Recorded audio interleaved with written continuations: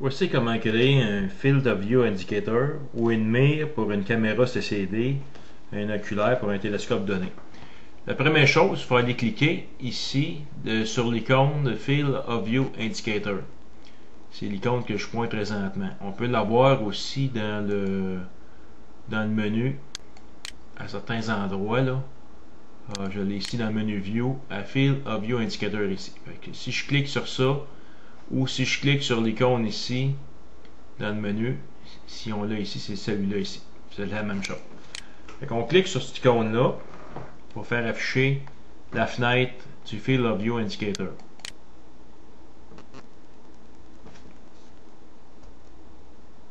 Voici la fenêtre du Field of View Indicator. Là, on a ici différents onglets en haut. On a télescope, eyepiece, l'oculaire, détecteur pour les CCD. Puis on va créer ici nos Field of View Indicator ou nos mires. La première chose, on va cliquer dans le télescope. Puis on a en bas ici une base de données de télescope déjà entrée dedans. Par exemple, si j'ai un Celestron 8, je vais chercher ici un Celestron 8 F10 ou ça peut être un Fast-Star Celestron 8 pouces F10 aussi. Mais mettons que si je prends Celestron F10, je vais cliquer sur ça ici. Puis je clique le bouton Add. Fait qu'on voit dans My Telescope le télescope Celestron 8 F10 Schmidt-Cassegrain qui est sélectionné ici. Si j'ai une caméra CCD Zbig ST7 avec une mire, un tube de guidage de ST4, encore ici, je vais sélectionner dans l'onglet Détecteur. Dans la base de données en bas, je clique sur la petite flèche qui est à droite et je vais sélectionner les Zbig. Il y a toute une panoplie de caméras CCD qui est affichée dans ça. Je prends la flèche ici. On va essayer de trouver les Zbig ST7. C'est une ST7 XE avec un tube de guidage de ST4. Je clique sur celle-là ici. Encore là, je clique le bouton Add. Et on voit dans ma détecteur ici qu'il est allé sélectionner les informations concernant la Zbig ST7E avec une tube de guidage de ST4. Maintenant, on va créer nos Field of View Indicator. Je vois dans l'onglet Create FOV en haut. Puis ici, j'ai en bas Add my Field of View Indicator. En haut ici, j'ai déjà dans mon détecteur qui est sélectionné comme la Zbig ST7 XE et mon télescope qui est un Celestron. Moi, je vais en bas ici, je vais aller cliquer sur Create Multiple FOV Automatically. Vu que j'ai déjà été chercher mes informations sur mon télescope, ma caméra, je vais simplement cliquer ici sur Add All Detector and All Telescope. Je clique sur ce bouton-là ici. Là, il manque une information, il y en a un d'additionné. Moi, j'en ai déjà aussi de sélectionner pour mon télescope RCX, Meade RCX 12 pouces, avec une caméra Zbig ST10 XME. Ils vont être déjà là. Maintenant, je vais voir mes Field of View Indicator. Je vais cliquer sur My FOV ici. Et on voit toutes les combinaisons télescope et caméra CCD qu'on a de sélectionner. On voit ici dans On que vis-à-vis chacune des mires, ils sont sur Off. Ça veut dire, si c'est sur Off, on ne les voit pas affichés. Je vais aller sélectionner ici le Celestron 8 avec la caméra ST10. Puis je vais aller cliquer en bas à gauche sur On. Puis on voit ici vis-à-vis le On au centre, ici, que ma mire Celestron avec la caméra Zbig est affichée sur On, donc elle devrait être visible. On voit également la dimension ici, le size. Ici, c'est 12 minutes d'arc par 8 minutes d'arc avec une échelle de 0.93 secondes d'arc par pixel. En fait, ça, c'est par défaut. Mais c'est possible que lorsqu'on va faire un imagining, ça ne correspond pas au champ réel qu'on a. Par exemple, si on utilise une lentille réductrice de focal, il y a bien des chances que notre cadre ne fit pas avec la réalité. Ça, on va vous montrer comment l'ajuster. En fait, ce qu'on peut faire ici, on sélectionne notre caméra. Et si on connaît les paramètres, le champ exact de notre matrice CCD, on clique sur Edit ici. Et on peut changer les paramètres de notre caméra. Si je clique ici, c'est un peu long parce que je suis en train d'enregistrer. Voici la description du détecteur. C'est une Zvig ST7E. On n'a pas d'information qui est rentrée ici encore parce qu'on n'a pas fait d'imagining. Mais on voit ici les éléments. Comme élément 1, c'est le chip CCD qui correspond à un champ de 11.83 minutes d'arc par 7.88.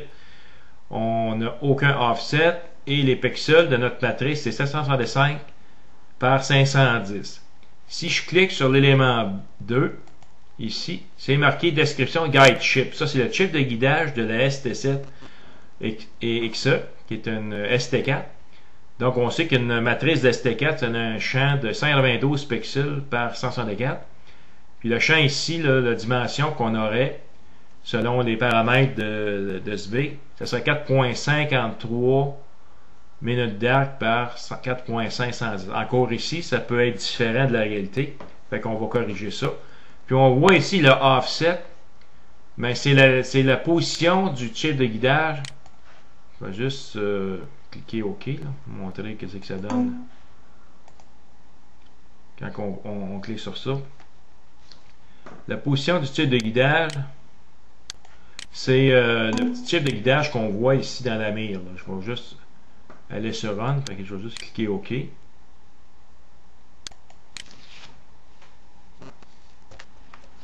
Fait qu'on voit ici notre mire qui est affichée, qui est un Celestron 8 F10 avec la mire de Zvig ST7 XE et un chip de guidage de ST4 qui est le petit carré qu'on voit ici. Et la matrice CCD, où on prend nos images CCD qui est une ST7, c'est le grand rectangle qu'on voit au centre. On peut jouer avec le zoom de la caméra en roulant la roulette de notre souris ou en cliquant ici sur le plus ou le moins ici en haut qui est zoom in ou zoom out. Fait que normalement, on amène le rectangle pas mal la même dimension que notre image. Maintenant, pour vérifier si on a le bon diamètre de notre rectangle, on va retourner dans Maxim DL, on va aller faire une calibration astrométrique d'une image. Fait que ça, c'est l'image que Serge m'a envoyée, qui est une image, si on regarde les paramètres de la caméra, ici en cliquant le bouton de Fits Header, où on voit toute l'information contenue dans le fichier Fits de l'image. Fait qu'on voit ici, c'est une caméra CCD de Zvig ST7 qui est utilisée. Le nombre de pixels, c'est 165 par 510. Ici, on voit cette information-là dans les paramètres qu'on a ici. Ça, c'est la dimension du CCD. Le binning, c'est binning scale, c'est 1 par 1, donc c'est pleine résolution.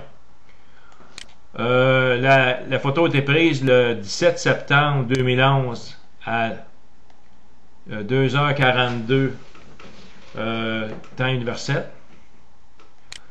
L'exposition est de 300 secondes. Ici, on a exposure time. Deux informations qui sont identiques ici. Durée d'exposition. C'est 3 x 10 exposé en 2, donc 300 secondes. 5 minutes. La température du CCD était de moins 15. Ici. On a ça comme information un peu plus bas. Dans 7 temps, puis CCD température. Ici, on avait réglé la température à moins 15, puis on obtenait, avec le régulateur de température, moins 15.2. Donc, on est correct. On est au maximum de résolution. La dimension de chacun des pixels ici, c'est 9 microns carrés. Fait qu'on a 9 microns en X, 9 microns en Y. Donc, c'est 9 microns carrés. Le binning, ici, on l'a encore ici. Binning, c'est 1 par 1. Donc, pleine résolution. C'est une image light qui était prise avec aucun filtre. On a ça ici dans Image Type. Object Retention puis Object Declination, c'est la calibration, c'est la position du centre de l'image qui a été faite avec une calibration astrométrique ici. C'est très important d'avoir cette information-là. Ça, on va l'avoir dans Maxim DL si on utilise l'option ici Observatoire. Lorsqu'on utilise ça. Et si on clique dans Setup, Télescope ici. Fait que dans mon cas, j'utilise MaxPoint, mais on peut utiliser les drivers de Celestron ou de Meade aussi. Et quand on clique Connect ici, mais on a accès ici aux commandes du télescope qui deviennent actifs via Maxim DL. Et également, ici, dans le catalogue, on peut trouver nos objets célestes comme les étoiles qui vont nous servir de référence. Exemple, si on pointe notre télescope sur Altaïr, on clique ici, on met dans Object Identification Altaïr, on sélectionne dans la catégorie ici. Bien, vu que c'était une étoile, on sélectionne Star. Si on avait des Deep Sky Objects, ça serait Deep Space. Si on avait des planètes, ça serait des Solar System. Dans notre cas, c'est Star. On fait une recherche ici.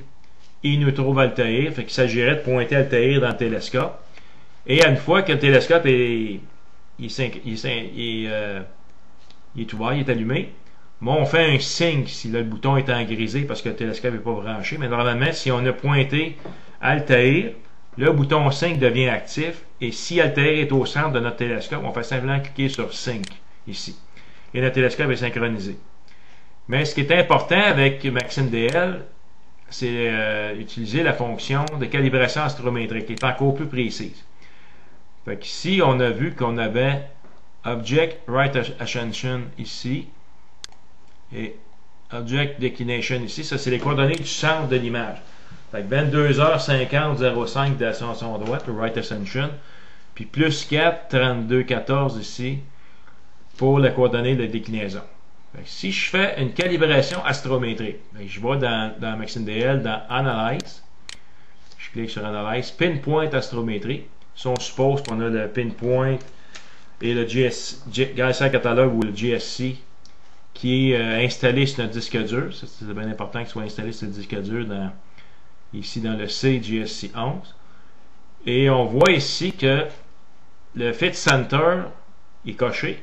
Puis on voit les coordonnées du centre de notre image ici. Donc ça devrait faciliter la recherche d'étoiles de référence, de nos étoiles de notre image qui va prendre la référence sur le Galaxy Catalogue. Et l'information, une fois qu'on a réussi notre pinpoint astrométrie, on a ici l'information. Fait que trouver 18 étoiles sur 176 qu'il y a dans l'image. Il a déjà fait correspondre au Galaxy Catalogue.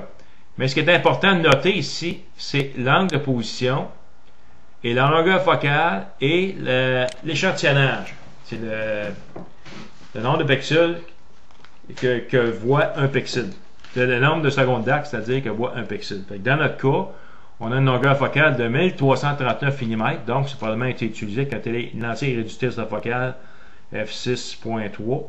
Si on prend 1339 mm et on divise ça par le diamètre du télescope, soit 200 mm dans le cas de Célestra, on obtient un rapport focal autour de f6.6 à peu près. Donc, on a exactement f6.6 dans cette image-là. Et là, ce qui est important de noter, c'est l'angle de position, qui est 179 degrés dans ce cas ici. C'est probablement la caméra déplacée à l'envers. Ça veut dire que normalement, lorsqu'on fait un ajustement d'une caméra, la caméra, on trouve une étoile brillante d'environ magnitude 5 ou 6, proche de l'équateur céleste et proche du méridien. On arrête les moteurs du télescope et on laisse défiler, on prend une exposition d'environ 10 secondes, puis on va voir des lignes horizontales, qui est le défilement des étoiles à cause de la rotation terrestre, puisque le télescope ne suit plus. Si notre caméra elle est tournée, fait que les lignes vont être selon un certain angle. Il faut tourner la caméra de manière à ce que les lignes, le déplacement des étoiles soit parallèle au haut de l'image. Normalement, on devrait avoir des étoiles qui sont parallèles ici, au haut de l'image. Un peu comme dans l'exemple. Alors, voici l'image qu'on aurait si on avait une caméra parfaitement bien placée à l'équateur céleste, proche du méridien d'une étoile, dont on aurait arrêté le mouvement du moteur durant quelques secondes, et on prend une exposition ici d'environ 10 à 15 secondes. Fait qu'on voit le mouvement des déplacements des étoiles doivent être parallèles à l'axe d'en haut du télescope. Lorsqu'on fait une image link de ce champ-là, si on obtient 179 degrés, c'est que la caméra elle est tournée d'environ 180 degrés. Il faudrait la retourner de 180 degrés sur son axe et refaire encore le même test pour qu'on ait les mêmes barres ici parallèles, mais donc si on fait une image link, on aurait un angle de position de 0 degré. À ce moment-là, on sera parfaitement parallèle au nord. Fait que, ici, dans l'exemple, si je refais mon image link dans l'image que Serge m'a envoyée, analyse, puis une pointe d'astrométrie, j'obtiens ici dans la pointe d'astrométrie un angle de position. Je vais juste faire sur Process. Un angle de position ici qu'on voit de 179 degrés 46 minutes. C'est presque 180 degrés. Donc, il faudrait tourner la caméra de 180 degrés et refaire le même test de position en arrêtant le moteur et en exposant une dizaine de secondes. Et lorsqu'on a les étoiles, sont parfaitement parallèles en haut de l'image, comme l'image précédente qu'on a vue. Mais là, on remet les moteurs en marche et on fait une exposition d'environ de 20 à 30 secondes et on fait un nouveau pinpoint astrométrie ou une calibration d'image. On appelle ça également un plate solve dans certains logiciels. Et on remarque ici si l'angle de position est proche de 0 degré. À ce moment-là, si c'est 0 degré, on a notre caméra parfaitement placée, bien placée. Et dans ce cas ici, on a réussi à faire un plate solve parfaitement, ou un pinpoint à calibration astrométrique parfaite. Maintenant, ce que je vais faire, c'est que je vais voir avec ici dans la fenêtre Observatory, je vais aller faire une superposition d'images sur les étoiles du gaz-terre catalogue pour trouver une étoile du gaz-terre de cette image-là pour la trouver dans The Sky pour qu'on puisse faire une image link puis voir si notre mire de notre caméra CCD est bien proportionnée. Je clique dans les onglets de la fenêtre Observatory sur Zoom et je vais mettre mon curseur ici dans l'écran. Je m'arrange pour avoir un zoom quand même assez haut.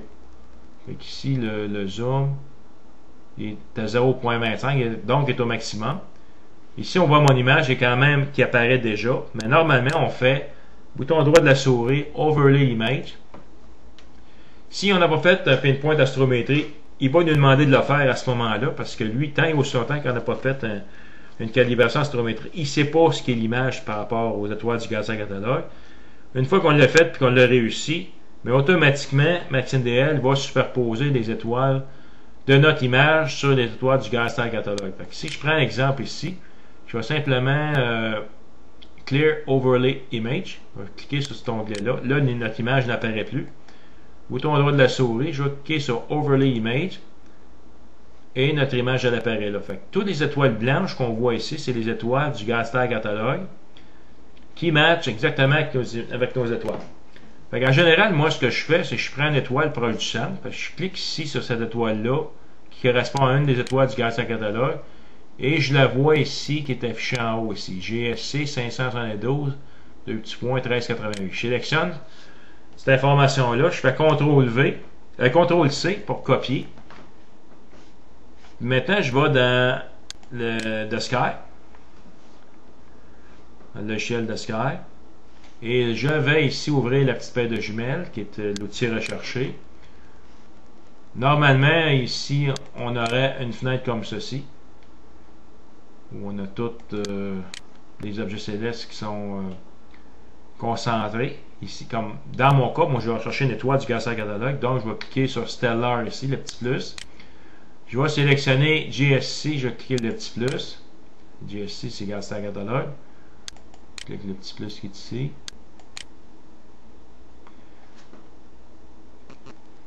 Là, le shell ouvre la base de données du GSC. Et voilà les étoiles du catalogue ici. Et dans Find ici, je vais sélectionner Stellar au complet parce que je vais le remplacer par l'information que j'ai copiée dans Maxim sur l'étoile du gaz-terre catalogue de mon image. Je fais CTRL-V et on voit ici l'information du gaz-terre catalogue qui apparaît ici et je clique sur Center and Frame. Fait que lui, il va me trouver exactement l'étoile correspondante que j'ai sélectionnée dans MaximDL et qui est maintenant dans The Sky. Fait que je vais juste rouler ma roulette un peu pour voir au complet le champ de la caméra CCD de la mire que j'ai créée. Soit en roulant avec la roulette ou en touchant la loupe plus ou moins qui est zoom in et zoom out. Là, ici, j'ai tout le champ. Je reviens à MaximDL parce que maintenant, je vais faire une copie de la photo. Je vais cliquer dans MaximDL en bas. Je n'ai plus besoin de la fenêtre d'Observatory, je clique sur le X. Bon, je reviens à mon image qui a été calibrée astrométriquement ici. Je fais simplement Edit, Copie ou CTRL-C ici, c'est la même chose. C'est la touche rapide. Et je m'en viens à nouveau dans The Sky, l'échelle de Sky. Je vais cliquer sur l'icône ici, Paste ou Coller, ou je fais CTRL-V, c'est la même chose, pour coller mon image. Fait que mon image, elle apparaît à l'écran ici. Fait qu'avec la roulette, je roule pour essayer d'amener le plus précis possible la dimension de mon cadre intérieur avec celle du centre. Et le bouton ici, oups, c'est un petit peu trop gros ça. On va juste la réduire un peu. Bon, c'est à peu près la bonne dimension. Ici, dans Image Link, ou Link Wizard, je clique la petite baguette magique. Et lui, il va essayer de me faire correspondre les étoiles qui correspondent à ça. Là, j'ai comme une information, comme l'image scale, c'est 1.385 secondes d'arc par pixel. L'angle de position est de 180 degrés. Et j'ai 23 étoiles du Gantt catalogue qui matchent avec mes étoiles de mon image. Ça semble être ça. Si j'accepte les résultats, je vais cliquer sur ceci. Mais c'est important de noter ici Image Scale. 1.385 secondes d'arc par pixel. Bon, on voit ici que les étoiles apparaissent dans le centre des étoiles du Gantt catalogue. Les points noirs, c'est mes étoiles de mon image. Et les points blancs, c'est les étoiles du Gantt catalogue. Si je clique en haut ici, sur le petit bouton qui est là, Display Image, et je clique le bouton pour masquer l'image, l'image n'est plus là. Elle est masquée. Mais c'est juste pour vous montrer ici les étoiles proches qui correspondent à mon image. Bon, comme ma fenêtre ici, ça semble pas être correct, on va aller ici, à nouveau, cliquer le bouton édition du Field of View Indicator. Alors, je vais cliquer sur ça. Je vais sélectionner ici le bouton, la mire qui correspond à mon caméra CCD, qui est dans mon cas SVIG ST7 avec une ST4 comme tube de guidage.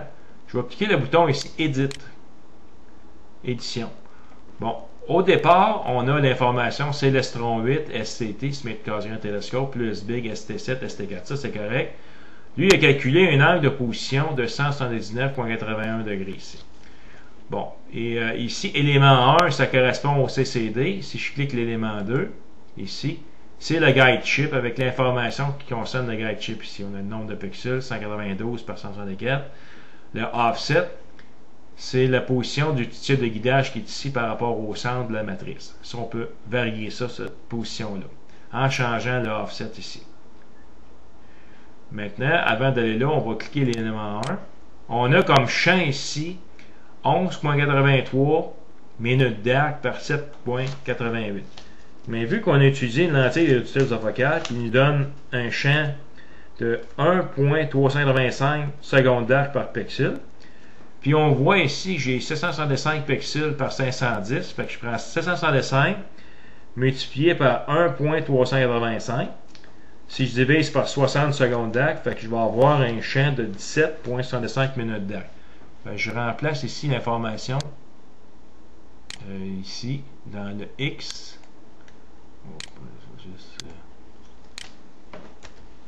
Je vais mettre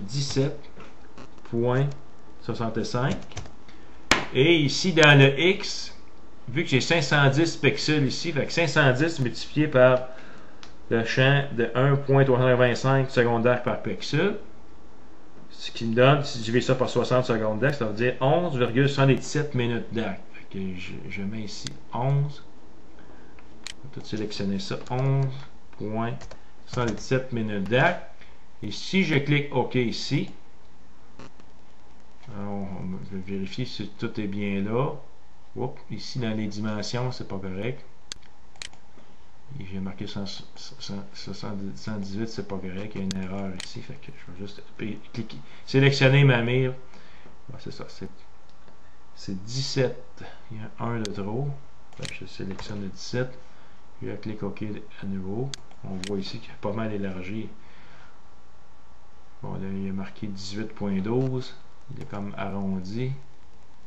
17.65 par 11.77, c'est parfait. Bon, qu'est-ce que ça fonctionne mieux? Je clique OK. Je clique OK à niveau ici. Et on devrait avoir un champ pas mal près. Et voilà, on a un champ parfaitement identique. Ça, je vais juste fermer ça pour l'instant. Ça, c'est l'information.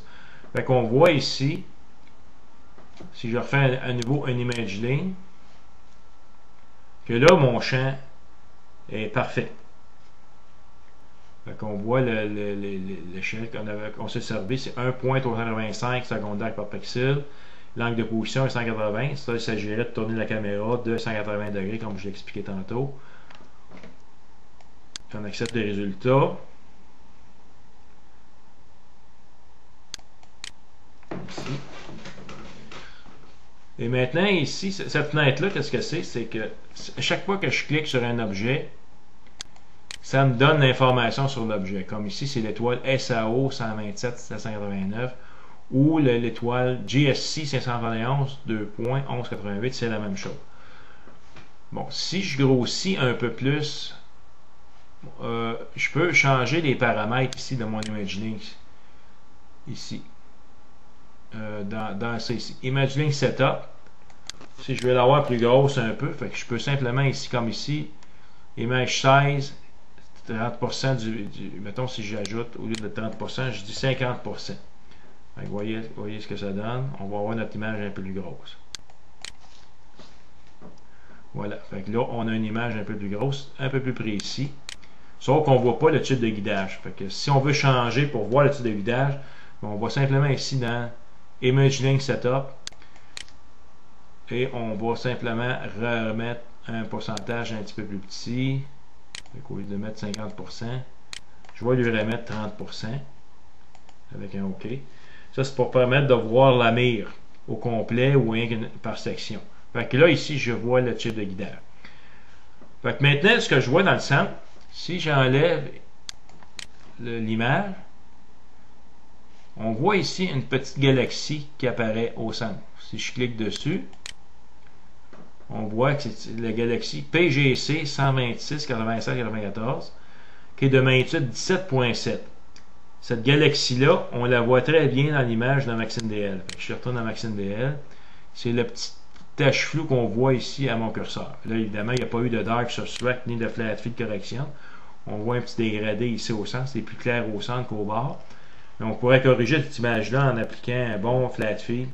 Évidemment, en enlevant le dark pour enlever les pixels chauds ici. Mais si je reviens encore à mon image dans ImageLink, si je remets mon image, ben c'est ça, c'est que l'étoile qui est au sens que je pointe ici, ben c'est une galaxie de magnitude 17.7.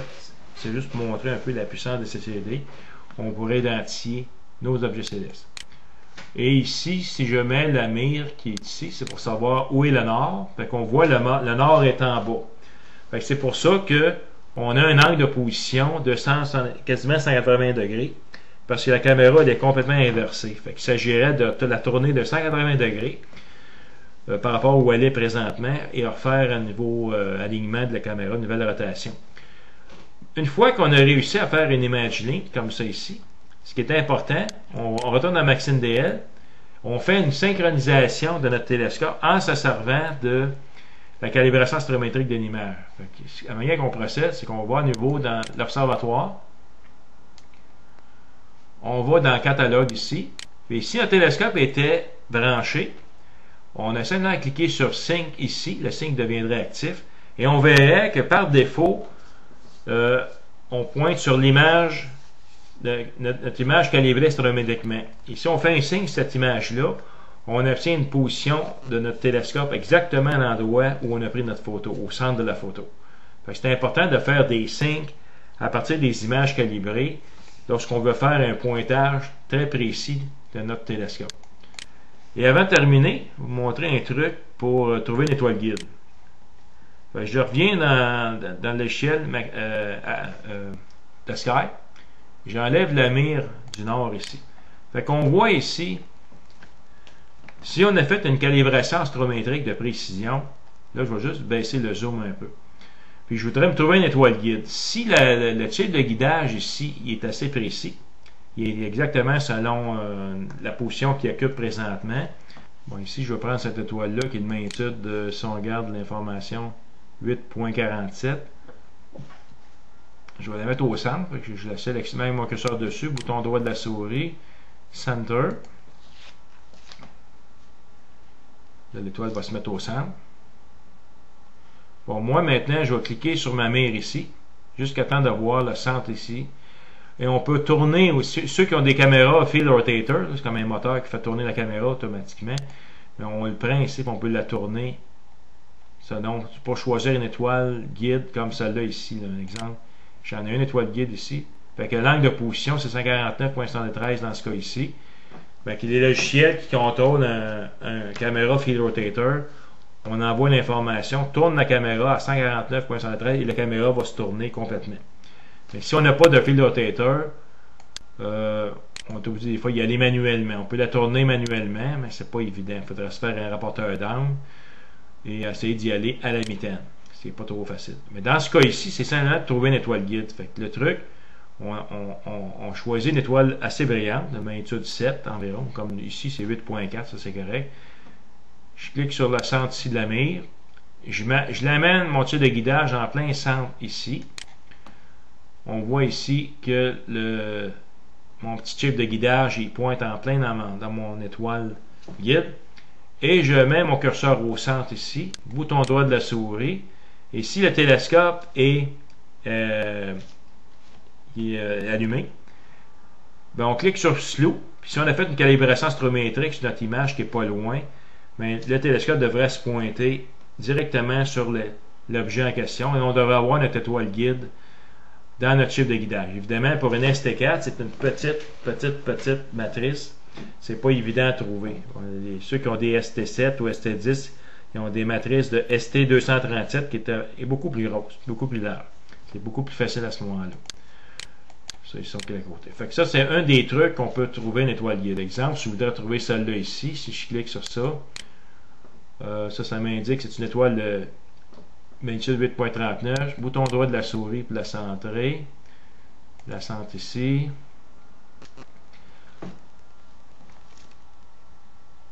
Non, une fois qu'elle est centrée, maintenant, bon, je ne sais pas si c'est celle-là qui est là. Oui, c'est celle-là. Parce que ma mire était déjà pointée ici. Mais normalement, le truc, c'est de placer le Field of View Indicator, l'amener dans le chip de guidage, au centre, ici.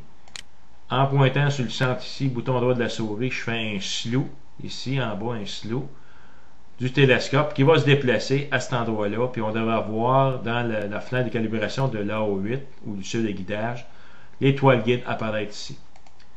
Fait que voici comment on fait pour faire un ajustement de notre Field of View Indicator avec The Sky et MaximDL avec la calibration astrométrique.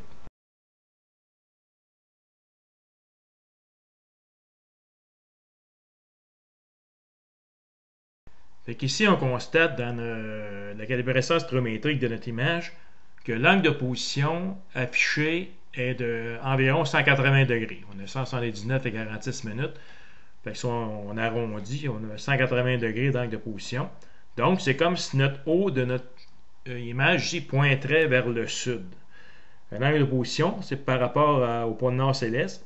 0 degré ou 360 degrés, c'est exactement au pôle nord céleste. Si on a 90 degrés, on est à l'est. Si on a 180, on est au sud. 270, on est à l'ouest. Et on vient à 360 ou 0 degré au nord. Fait que normalement, pour bien placer notre caméra, les étoiles devraient défiler ici horizontalement. Lorsqu'on arrête le moteur du télescope, mais on expose environ 10 secondes en bending 3. On voit des traînées d'étoiles. Il faut tourner notre caméra pour que les étoiles se déplacent horizontales au haut de l'image.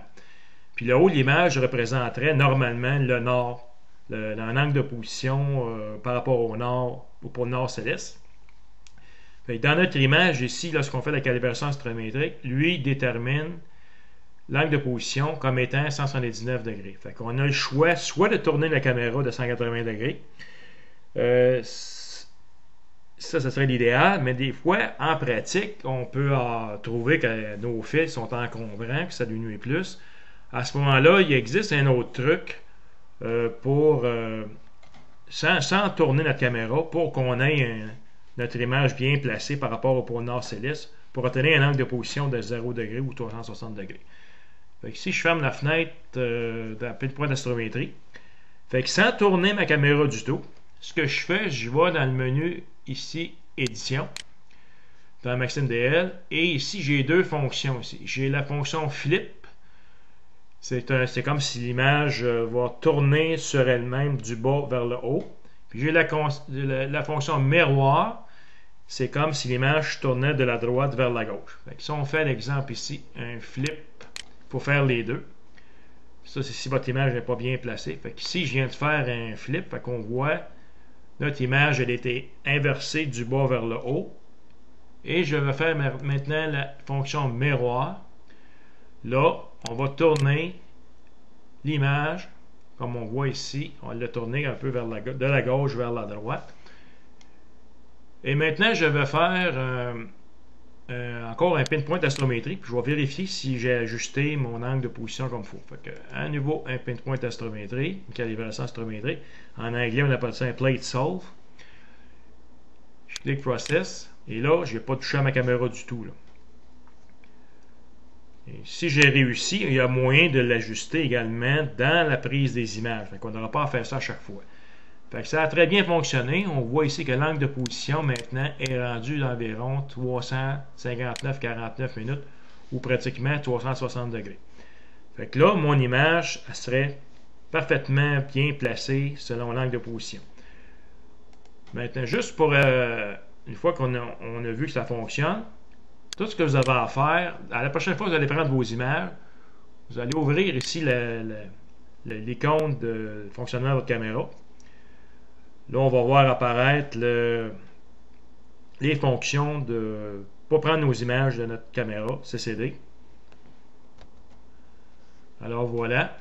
Ici, dans Options, lorsque la caméra est ici, dans Setup Caméra, il faut choisir l'onglet, il faut sélectionner l'onglet Setup dans Caméra Control. On clique dans Options ici. Et une fois qu'on a ouvert les options, ici on voit flip horizontal puis flip vertical. Fait qu'il faut cocher ces deux cases-là. Et à l'avenir, lorsqu'on va prendre nos images, sans déplacer notre caméra comme elle est, mais on va avoir des images bien placées pour le pôle nord, pour l'angle de position de 0 degré. Fait que ça, c'est un truc pour placer vos images comme il faut pour qu'on puisse avoir un angle de position de 0 degré sans toucher à l'emplacement de la caméra sur votre télescope. Alors maintenant, je vais aller vérifier dans le logiciel de Sky si ça fonctionne parfaitement bien. Je ferme ici ma fenêtre de pinpoint astrométrie. Là, j'ai fait un flip-flop, un flip horizontal plus un miroir pour que j'ai vérifié que la calibration astrométrique dans Maxime DL, ça fonctionne bien. Je vais faire la vérification dans The Sky. Fait que je fais simplement une copie de mon image dans Maxime DL. Je reviens maintenant au logiciel The Sky. Là, c'est mon image telle qu'elle était tantôt. Donc, on voit qu'il y a un angle de position de 180 degrés. Et j'ai une image à l'échelle de 1.385 secondaires par pixel. Bien, je vais accepter les résultats. Ça, c'est ce que ça me donne à mon image originale, lorsque je n'avais pas appliqué le flip horizontal et le miroir. Maintenant, je vais simplement copier, c'est-à-dire coller mon image que je viens de tourner dans Maxime DL. Et je vais refaire à nouveau un image link ici. Et on va voir si ça a fonctionné. Ça devrait me donner 0 degré ou 360 degrés. Fait que ça a fonctionné. Ici, j'ai un angle de position d'environ 0 degré. Et j'ai toujours le même image scale, donc 1.384 secondaires par pixel. Et j'accepte les résultats. Maintenant, je vais aller vérifier ici avec le bouton qui donne le Rotate Tool. Ça devrait donner également le nord en haut, parfaitement. Fait qu'on voit ici notre image, l'angle de position est à 0 degré. Donc, elle est parfaitement orientée dans le ciel, exactement. Le haut de l'image pointe vers le nord astronomique. Donc, à un angle de position de 0 degré. Et ça ici, je peux tourner. Fait que simplement qu'en cliquant dessus, je peux tourner mon ciel pour l'orienter en conséquence. Mais l'image link, lui, a fait que tout est parfaitement ajusté. L'image, la caméra est très bien orientée par rapport au pôle nord céleste. Et c'est ce qu'on cherchait à faire. Et là, j'ai refait à nouveau une image ligne. Il va me replacer exactement mon image pour qu'elle corresponde exactement à ce qu'elle est dans le ciel.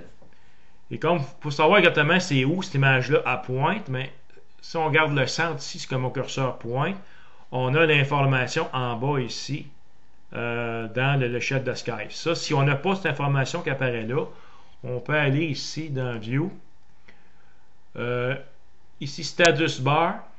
Si on clique dessus, on a des endroits qu'on peut cocher. Fait que dans mon cas ici, curseur position équatoriale, je veux que ça soit visible. Ça, c'est la barre d'état ou la barre de status.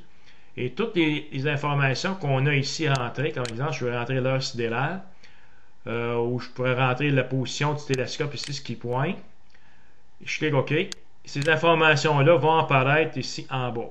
Fait que LST, c'est Local Sidereal Time. Si je clique ici au centre, c'est l'endroit que 22h50, c'est l'endroit que mon télescope pointe dans le ciel, donc où on voit l'image. Et là, je peux toujours grossir moins en allant soit par la roulette de la souris ou avec les boutons plus ou moins ici du zoom pour aller voir avec un champ beaucoup plus grand où exactement mon télescope pointe dans le ciel. Évidemment, je vérifie ma mire parce que ça, c'est le champ diminue à mesure que j'augmente la précision de l'échelle. Fait qu'ici maintenant, on voit que je pointe un peu en dessous de Pégase. Fait que c'est l'endroit où ma photographie elle était prise. C'est un bel exemple ici de comment on peut changer l'échelle de notre image sans déplacer notre caméra CCD.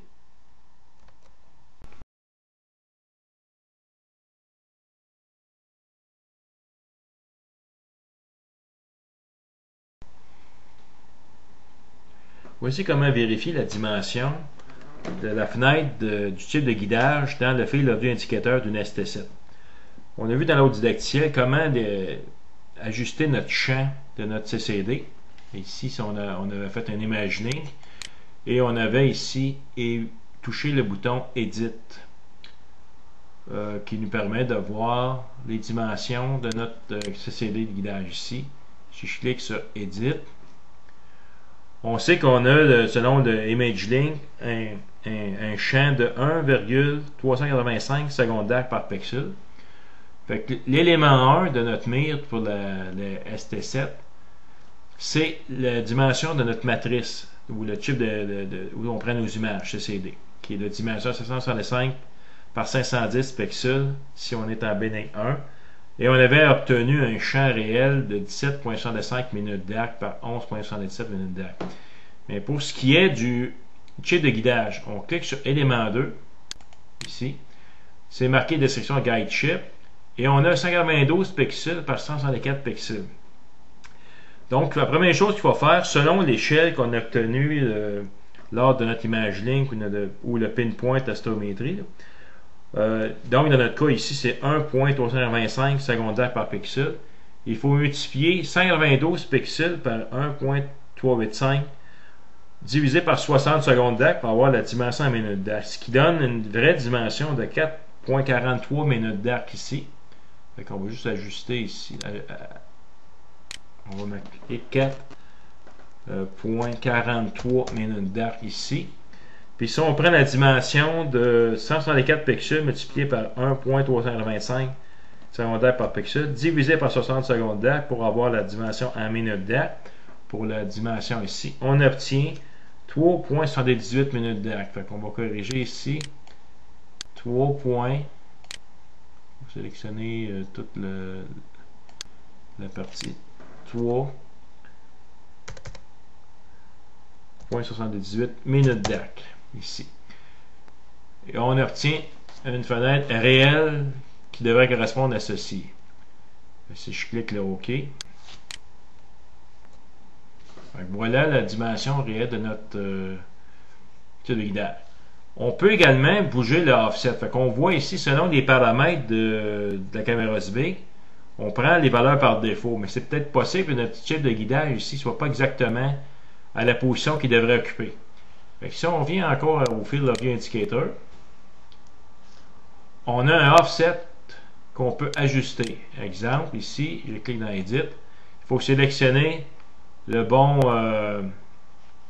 comme ici, l'élément, le bon élément. Avec dans notre cas ici, élément 2, on a un Y 11.08. Mais si, exemple, on arrête, j'ajoute, il change les paramètres de 11 pour 15.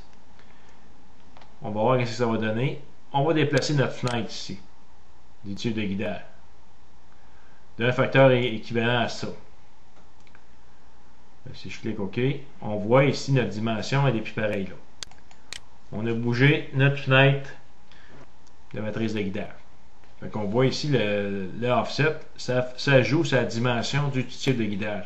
Fait qu'on peut trouver exactement la position réelle du tube de guidage en utilisant le offset ici pour la matrice de guidage. Il faut bien sélectionner le bon élément. Sinon, on va se tromper. Fait que je reviens encore ici. Je viens dans le bouton Edit. Ici. Et élément 2. Ici.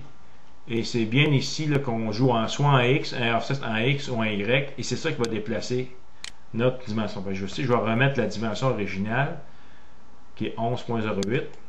Puis on vérifiera avec un test qu'on va faire tantôt pour voir si notre matrice elle est bien placée. Donc, je clique OK. Puis là, on devrait revoir notre tube de guidage qui est revenu à la position normale. On voit ici notre matrice qui est bien placée. On va faire un test dans la réalité si on veut vérifier vraiment si notre chip de guidage pointe au bon endroit. Voici le test que je recommande. Premièrement, on va trouver une étoile qui est assez brillante, connue, pour être sûr de la différencier des autres. Par exemple, je vais aller faire Altaïr. Je vais faire ici Collapse pour refermer ma boîte de mon regard catalogue.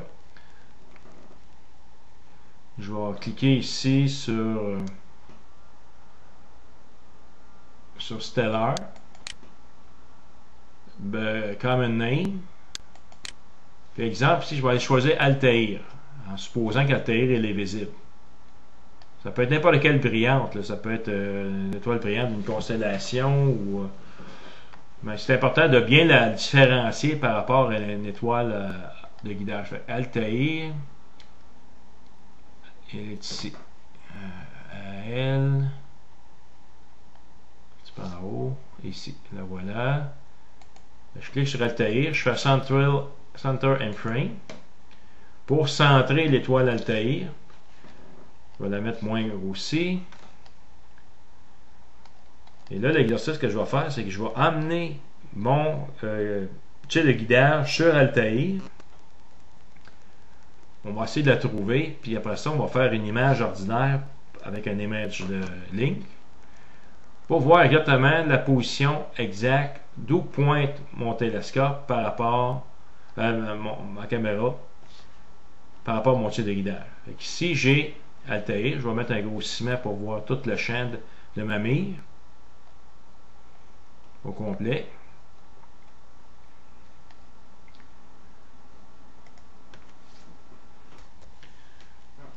Bon, ici, j'ai le Altaïr au centre ici. Si je clique dessus, on va le voir dans la fenêtre d'information. C'est bien ça, c'est Altaïr qui apparaît là.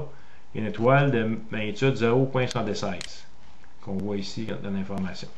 Fait que maintenant, si je clique mon petit cadre ici de mon CCD qu'on a ajusté tantôt, je prends l'étoile, le petit curseur central, je déplace et là, je m'arrange pour mettre Altaïr au centre de mon étoile guide ici, de mon chip de guidage, c'est-à-dire. Je mets le curseur au centre ici. Ici, j'ai fait un bon sync avec une image calibrée astrométriquement. Je devrais être pas loin. Avec le bouton droit de la souris, si mon télescope est connecté, je mettrai un slow ici et le télescope devrait se pointer sur Altaïr dans le chip de guidage. Fait que la première chose, ça se peut qu'il ne soit pas dedans. Fait que ça se peut qu'on soit proche. Fait que c'est plus facile à trouver Altaïr dans le chip de guidage parce qu'elle est extrêmement brillante.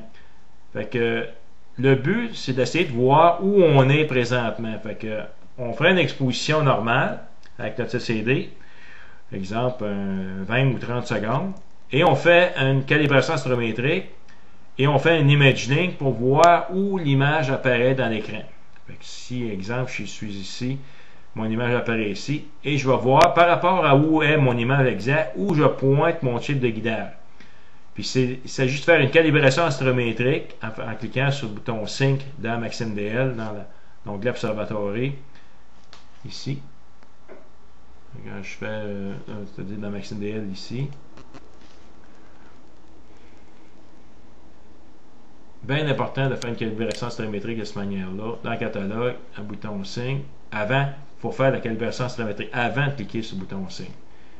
Une fois que ça c'est fait, on fait notre copie d'image, on la met dans The Sky, on fait un imagining, on regarde où est notre image, et on regarde par rapport à notre image où on est placé, où est placé notre chip de guidage. Et on essaie par les offsets d'ajuster autant que possible notre... mettons un exemple que je pointerais ici. Je vais juste faire exprès. Mettons que mon imagining pointerait ici. Évidemment, là, notre étoile guide, elle est ici. Mais là, nous autres, on pointe ici. Fait que je ferais une image calibrée astrométriquement avec de MaximDL. Je la copierais dans The Sky. Je ferais un imagining ici. Et supposons que notre image, elle apparaît au centre ici. Et mon étoile guide est là. C'est-à-dire que je ferais un signe sur l'image calibrée astrométriquement. Après ça, je prends mon image. J'amène l'étoile Altair en plein centre de mon type de guidage au centre ici. Bouton droit de la souris sur le centre ici, je fais un slow et là mon télescope devrait se déplacer pas loin de ce champ-là et je devrais avoir dans le champ de mon type de guidage l'étoile Altair. Et si, supposons qu'en faisant une calibration astrométrique, je suis ici et mettons mon type de guidage serait mal placé, il suffirait d'ajuster les offsets de mon imagining, de mon field of view indicator pour essayer de le mettre le plus centré possible. C'est un peu du essai-erreur, mais on y arrive. Et lorsque on va avoir trouvé la position exacte de notre type de guidage par rapport à notre matrice CCD, on va pouvoir trouver n'importe quelle étoile guide facilement par la suite.